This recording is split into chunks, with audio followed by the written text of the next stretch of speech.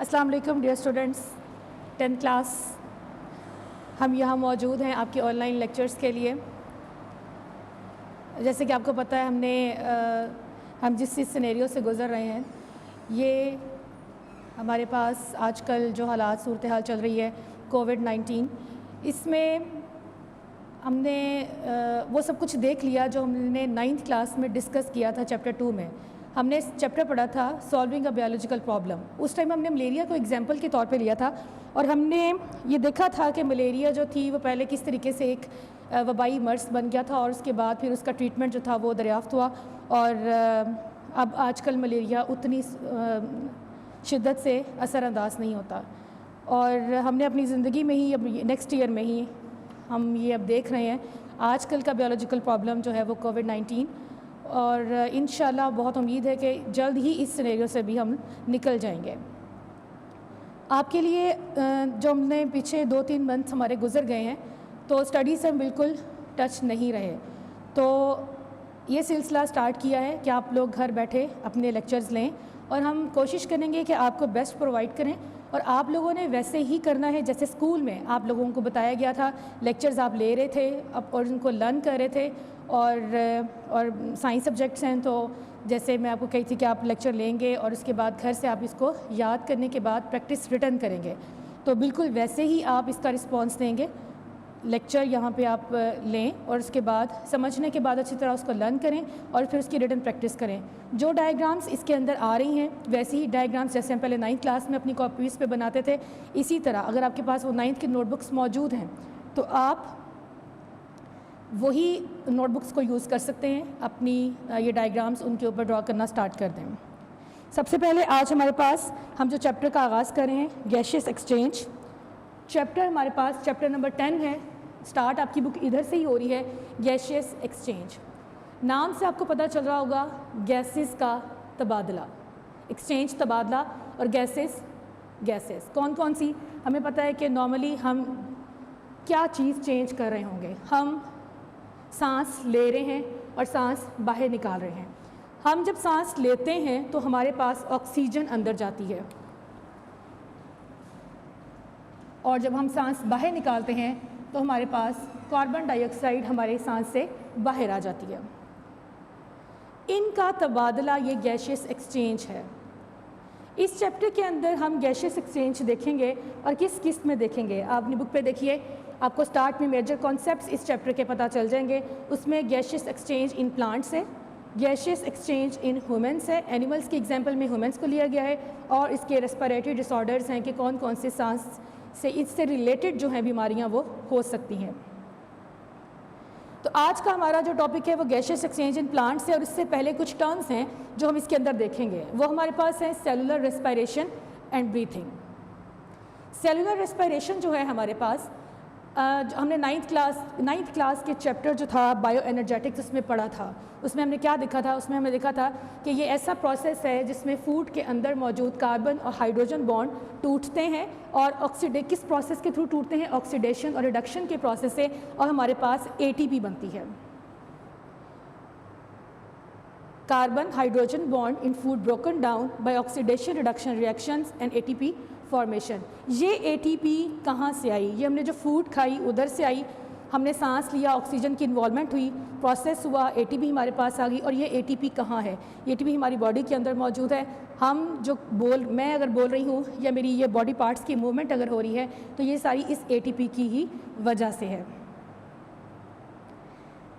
और साथ में हमने ये बात देखी थी, जब ऑक्सीजन ये सेलुलर रेस्पिरेशन हो रही होती है तो हमारे पास ऑक्सीजन जब इन्वॉल्व होती है तो ये स्टेप्स 2 में हो जाती है, इनके 2 स्टेप्स इसमें इन्वॉल्व हो जाते हैं। कार्बन डाइऑक्साइड ये जब एक इसमें स्टेप इन्वॉल्व होता है, इसमें एक एरोबिक रेस्पिरेशन आती है और एक इसमें एनएरोबिक रेस्पिरेशन आती है।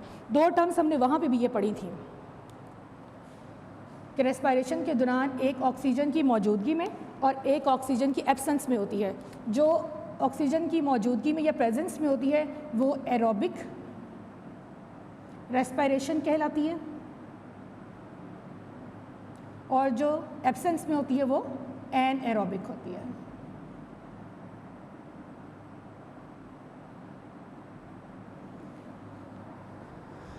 मैं शो कर देती हूँ थोड़ा सा। O2 in the presence of O2 aerobic होगी, विदाउट ऑक्सीजन ये एनएरोबिक होगी। इसके बाद हम इसी की ही डिफाइन कर लें गैशियस एक्सचेंज की, सेलुलर रेस्पिरेशन हो गई, और फिर उसके बाद हम देखें ब्रीथिंग क्या होगी।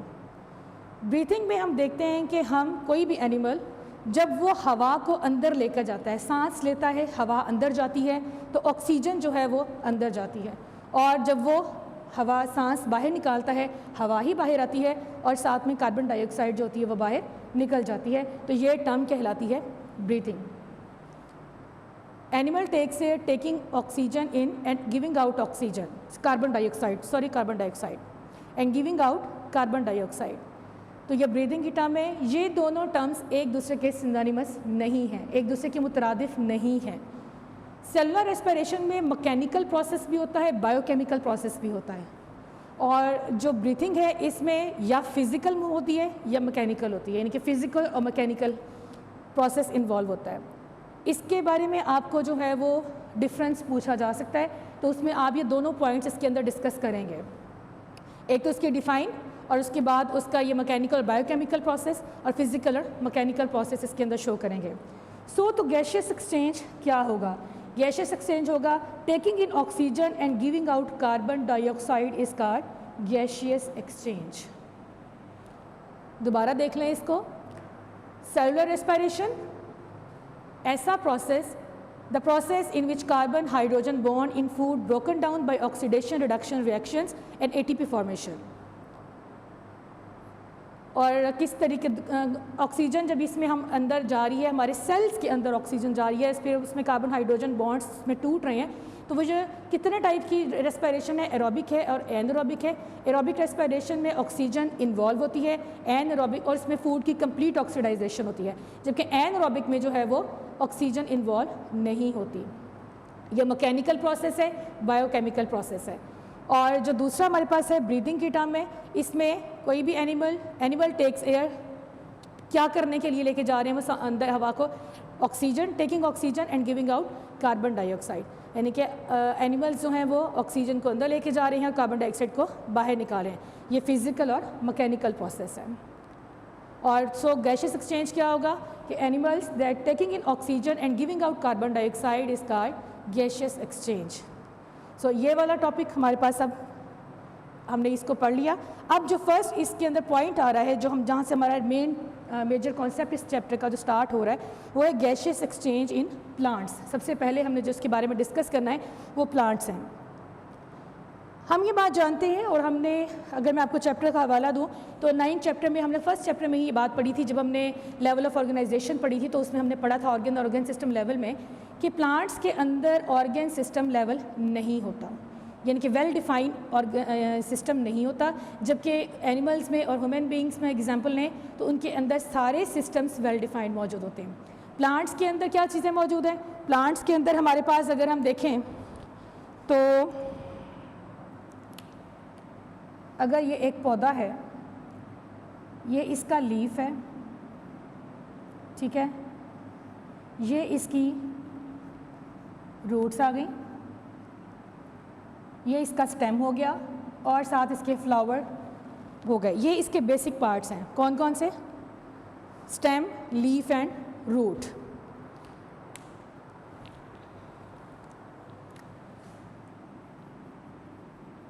Stem, leaf, root.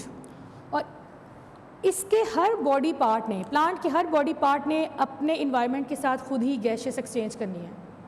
यानी इसका हर बॉडी पार्ट, इसके लीव्स अलहदा से कर रहे हैं, इसके स्टेम्स अपना कर रहे हैं, और रूट्स जो हैं वो अपने ही तौर पे गैशियस एक्सचेंज कर रही हैं। अब ये गैसेस, हमें ये बात भी पता है कि हम ऑक्सीजन लेते हैं और कार्बन डाइऑक्साइड देते हैं, और प्लांट्स जो हैं वो कार्बन डाइऑक्साइड लेते हैं और ऑक्सीजन जो है वो देते हैं।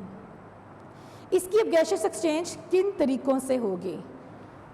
सबसे पहले होगी, 3 वेज हैं इसके, 4 बाय स्टोमेटा।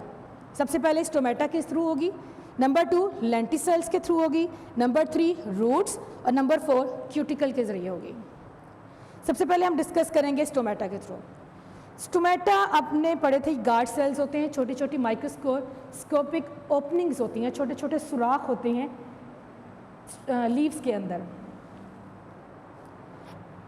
अब कैसे इसके अंदर ये सारा सिस्टम होगा? अब फॉर एग्जांपल ये आपके पास एक लीफ है, इसमें इसकी सेल पे छोटे छोटे सुराख भी मौजूद हैं। इन सुराख में ये मीज़ोफिल सेल्स मौजूद हैं। सनलाइट आपके पास है। पौधे क्या करते हैं? प्लांट्स क्या करते हैं? हमने ये प्रोसेस पढ़ा था कि प्लांट्स जो हैं वो फोटोसिंथेसिस का प्रोसेस करते हैं। उस फोटोसिंथेसिस के प्रोसेस में वो कार्बन डाइऑक्साइड ले रहे होते हैं, सूरज की रोशनी की मौजूदगी में, पानी की मौजूदगी में ग्लूकोज तैयार करते हैं और फिर in return carbon dioxide release कर रहे होते हैं। सूरज की रोशनी यहाँ से आई, इसके स्टोमेटा से गुजर के मीज़ोफिल सेल्स तक गई। वाटर यहाँ से आया, ये स्टेम के थ्रू चला गया, यहाँ तक पहुँचा। इनकी मौजूदगी में यहाँ पे तैयार क्या हुआ? ऑक्सीजन। कार्बन डाइऑक्साइड हमारे पास जो इन्वायरमेंट के अंदर मौजूद है वो आएगी।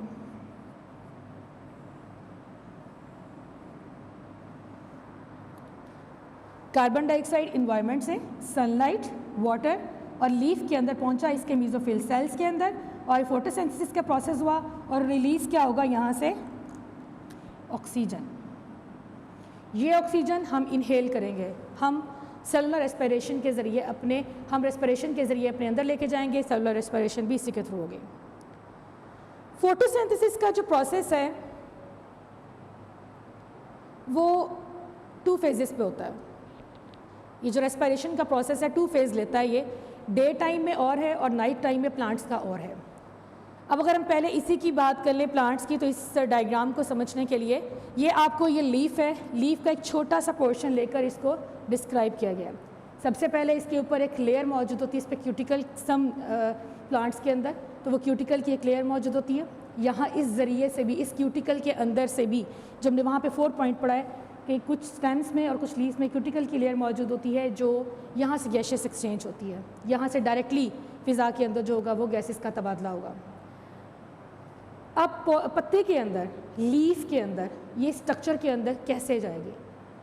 सबसे पहले ऊपर है हमारे पास इसके अपर एपिडर्मिस, यानी कि आपके पास छोटा सा इसका हमने माइक्रोस्कोपिक इसका वो किया है, तज्जिया किया है। तो उस माइक्रोस्कोप में देखा तो हमें अपर एपिडर्मिस और लोअर एपिडर्मिस नज़र आई है। इस लोअर एपिडर्मिस में हमें स्टोमेटा की तादाद नज़र आएगी, स्टोमेटा नज़र आएंगे। दरमियान में जो है ये मीज़ोफिल सेल्स हैं, ये वही मीज़ोफिल सेल्स हैं जहाँ फोटोसिंथेसिस हो रही है। अब स्टोमेटा की तो यही स्टोमेटा इस गैशियस एक्सचेंज का ज़रिया है। यहाँ से स्टोमेटा के ज़रिए ये एयर स्पेसिस हैं सारी, ये सारी एयर स्पेसिस हैं। कार्बन डाइऑक्साइड जो बाहर फ़िज़ा में मौजूद है वो अंदर जा रही है, सारी अंदर जाएगी मीज़ोफिल सेल्स के अंदर, और ऑक्सीजन जो है वो सारी की सारी बाहर आएगी। सो ऑक्सीजन बाहर आ रही है और कार्बन डाइऑक्साइड अंदर जा रही है। समझ आ गई यहाँ तक?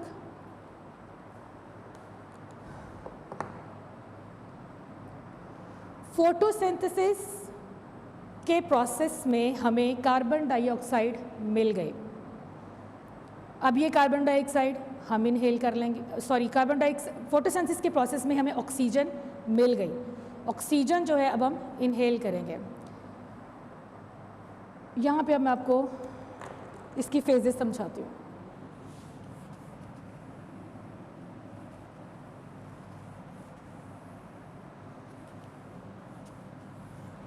फोटोसिंथेसिस, याद रखिएगा, फोटोसिंथेसिस ऐसा प्रोसेस है जो सिर्फ सनलाइट में ही मुमकिन है, सूरज की रोशनी में ही मुमकिन है। सूरज की रोशनी के बगैर फोटोसिंथेसिस का प्रोसेस नहीं हो सकता। जब फोटोसिंथेसिस नहीं होगी तो फिर ऑक्सीजन भी रिलीज़ नहीं होगी। और जबकि जो रेस्पिरेशन का प्रोसेस है वो दिन में भी और रात में भी फुल टाइम जारी रहने वाला प्रोसेस है। 2 फेजेस, नाइट और डे में प्लांट किस तरीके से रेस्पायर करता है।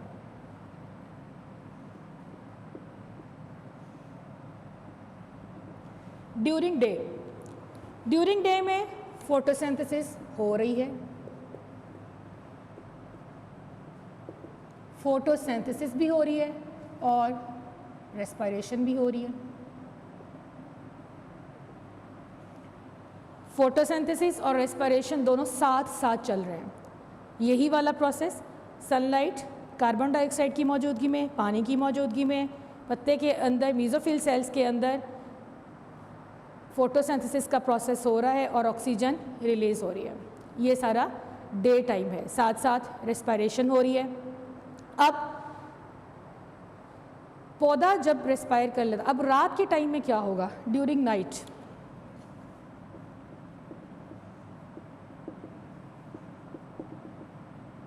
सिर्फ रेस्पिरेशन होगी,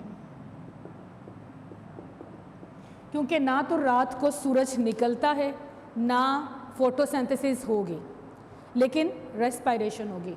और वह रेस्पिरेशन क्या होगी कि पौधे अपने इर्द गिर्द इन्वायरमेंट में मौजूद ऑक्सीजन ही ले लेते हैं और कार्बन डाइऑक्साइड रिलीज़ करना शुरू कर देते हैं।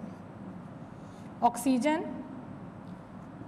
Take, oxygen release carbon dioxide, या दूसरे मानों में कह लें जैसे हम सांस ले रहे हैं तो हम ऑक्सीजन ले रहे हैं और कार्बन डाइऑक्साइड रिलीज़ कर रहे हैं, इस तरह रात में पौधे भी ऑक्सीजन लेते हैं और कार्बन डाइऑक्साइड रिलीज़ कर देते हैं।